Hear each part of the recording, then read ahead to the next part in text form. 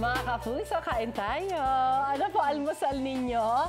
Welcome rito ni El, fresh from Taalik, Tawilis. Yes, ang sarap nito.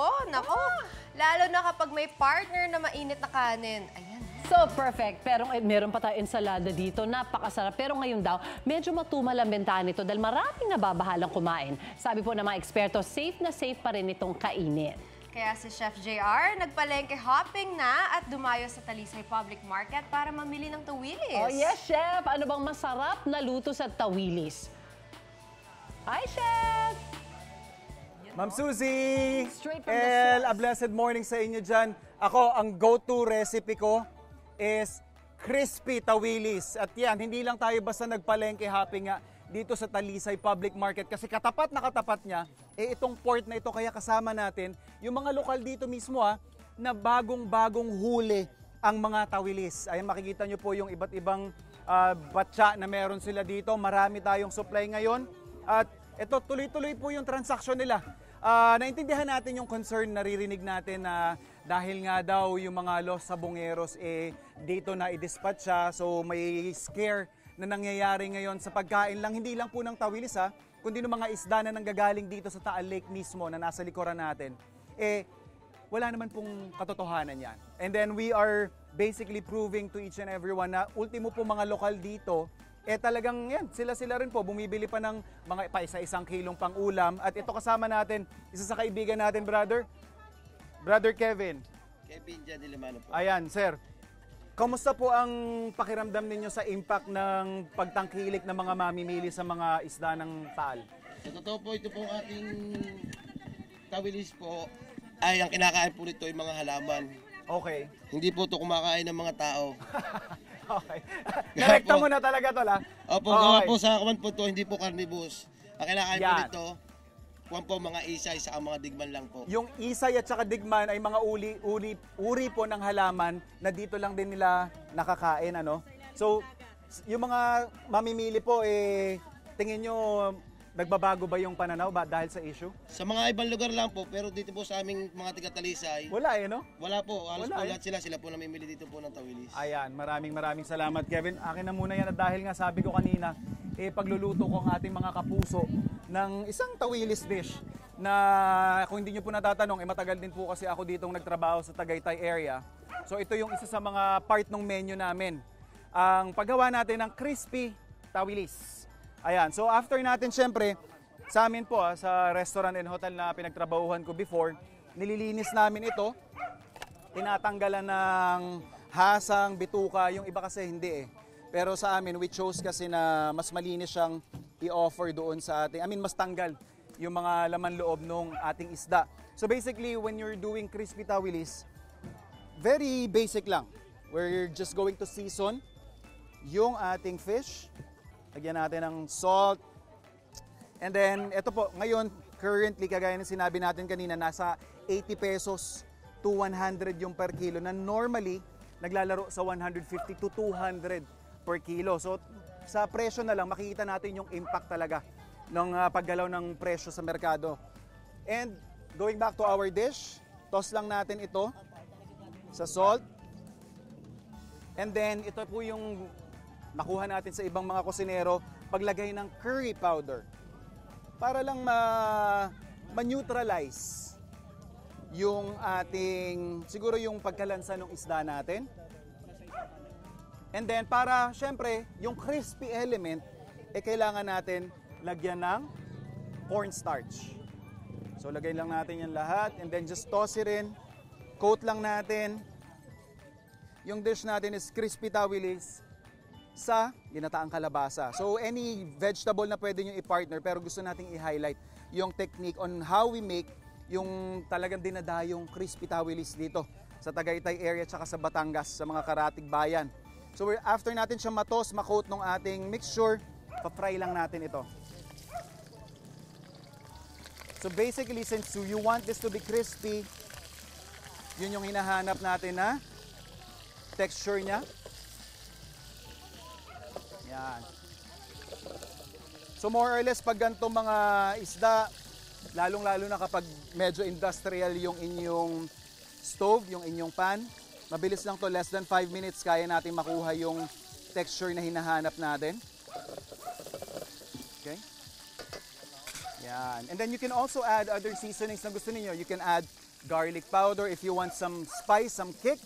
Pwede nyong lagyan din yan ng cayenne.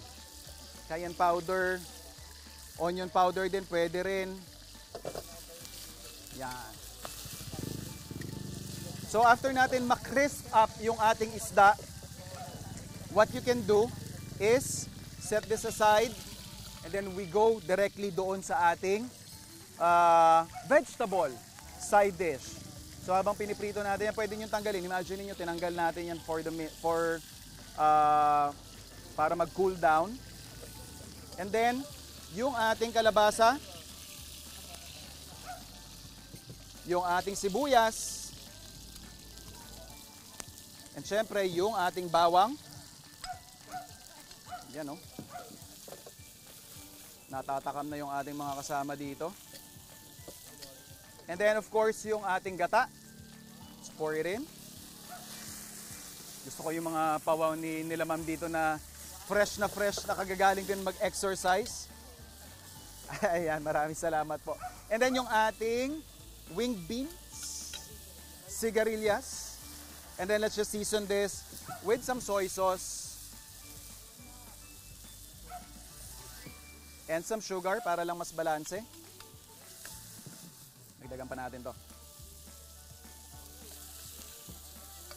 Palalambutin lang natin yung mga gulay and then after that, we finish it with more healthy ingredients, yung ating malunggay.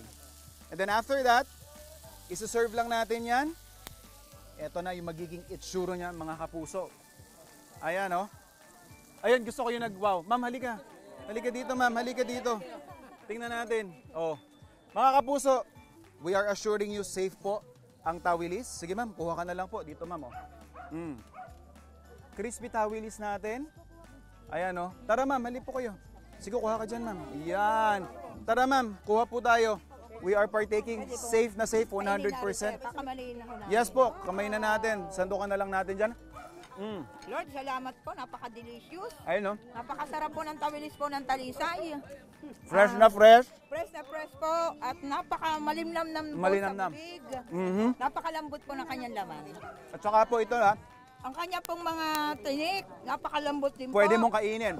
Nanggaling na po mismo sa Bureau of Fisheries and Aquatic Resources na safe pong kainin ang tawilis natin. Ayan, ako, walang tapon talaga eh. Oh. Nay, kamusta? Alright, oh, mga kapuso, solid na recipe na naman to at solid na food adventure. Pagbati dito mula sa Talisay, Batangas at syempre sa iba pang mga solid na food explorations. Laging tumutok sa inyong pambansang morning show kung saan laging una ka, unang hirit! Nako, fresh na fresh talaga ang mga tawili sa pinuntahang palengke today ni Chef JR. Of course, dyan nga yan sa Talisay Public Market sa Batangas. At ayon sa BIFAR, safe na safe ang mga nahuhuling isda dyan, lalo na ang mga pinagmamalaki nilang tawilis. Balikan natin si Chef at marami pa raw isdang makikita sa palengke dyan. Yes! Hi, Chef! Where are you, Chef? Chef! Hi! A Hi, blessed Chef. morning sa inyo dyan sa studio, mga kapuso. Kasama ang mga locals dito sa Talisay, mga nagtitinda po ng isda yan, ha. Sabay-sabay kaming kakain ng tawilis. Paborito nating lahat. Tara, ma'am, para po patunayan sa lahat ng mga consumers na safe for consumption ng isda na galing sa Taal Lake. Ayan po, game. Crispy tawilis. Ayan, wala nang natira sa akin. That's the right way to eat yung tawilis natin. Dapat walang tapon, ano? Kamusta po ang timpla? Okay, sir. Masarap? No, sinani Gemma, oh. Masarap po, napakasarap. Partida, wala pang suka yan, ha? Di ba? Mas lalo na. Ano po masasabi ninyo doon, Nay, sa mga may pangamba pa rin na bumili ng mga isda galing sa Taal Lake? Wag ho kayong mangambang kumain ng tawilis. Safety ho ito at saka malinis ho ang tubig sa Taal Lake. Ayan. O, yan. Isang Palakas pa ng tuhod. pampalakas pa daw ng tuhod. At syempre, bukod sa mga tawilis, marami pong salamat. Maraming salamat sa inyo. Ito, may mga tinitinda rin sila dyan. Pero, ang binibida rin talaga natin dito is yung iba't ibang klase ng isda na meron pa sa napakayamang Taal Lake. So, syempre, nandyan yung mga staples natin. Ito, may mga tilapia tayo dito, mga kapuso. Ayan tilapia. Eto, meron din nahuhuli Hindi ko actually alam na meron palang dalag sa Taal Lake. Sa tinagal-tagal ko nagtrabaho sa Tagaytay bilang executive chef doon hindi ako natunugan ng ganyan. So, syempre yung ating tawilis, makikita natin again, 80 pesos to 100 pesos yung kilo nyo ngayon. At eto meron din silang bangus syempre, di ba? Babing bangus, pero ang laki ng ating bangus. Meron din tayong ayungin, ito. Naakala ko sa Manila Bay lang din meron. Pero meron din apparently dito sa Taal Lake. At syempre, yung maliputo na ang lakas makasosyal nito kapag ito yung in-order nyo sa mga Tagaytay restaurants. Ito po ay talakitok na dito lumaki sa loob ng Taal Lake. So yan, safe na safe for consumption. We are encouraging everybody to support yung ating mga fishmongers dito, yung local community natin dito sa Talisay. Masarap po ang isda galing sa Taal Lake. At syempre, sa mga mas masasarapang recipes, laging tumutok sa inyong pambansang morning show kung saan laging una ka, unang hirit! Wait! Wait lang! Huwag mo muna i-close. Mag-subscribe ka na muna sa GMA Public Affairs YouTube channel para lagi kang una sa mga latest kwento at balita. I-follow mo na rin ang official social media pages ng Unang Hirit. Thank you. O sige na.